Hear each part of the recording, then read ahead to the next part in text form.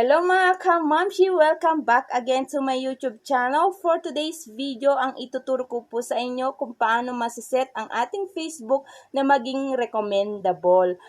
Para na rin ma-recommend ng Facebook ang ating post, ang ating accounts sa ibang tao. Ayan, kung interesado po kayo sa video na ito, huwag niyo pong kalimutang mag-subscribe at i-click na rin ang notification bell para lagi kayong updates sa mga videos tutorial natin. Ayan, keep on watching!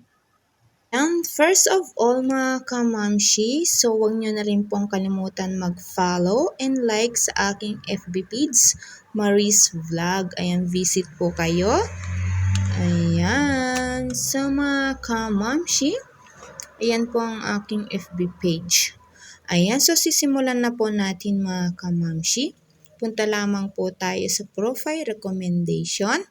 Ayan, i-click po natin yan. Ayan, so ganyan po ang gagawin natin para maset ang ating profile recommendable. Ayan, yan po ang ituturo ko sa inyo para maging recommendable ang ating account sa mga ibang tao. Ayan.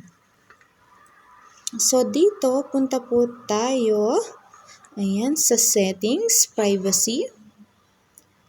Ayan, i-click po natin yan at settings ulit. Dito ay i-click po natin yung how people find and contact you. Ayan, i-click po natin yan mga kamamshi.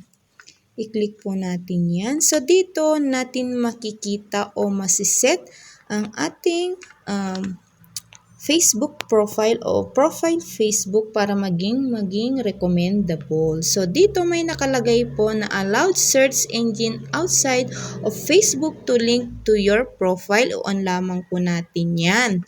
So dito sa baba ay may nakalagay din po na allowed your profile to be recommended people looking at similar profile. I-on din natin yan pag hindi po naka-on, i-on po natin yan para maging blue.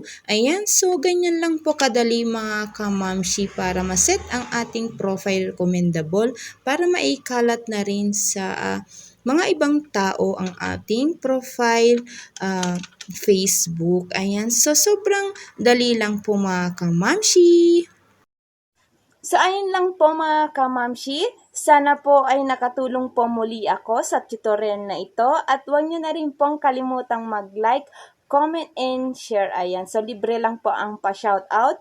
Comment lang po kayo below. Ayan, sana po ay ingat-ingat po kayo lagi at see you next video tutorial. Bye-bye! Ingat-ingat po kayo lagi!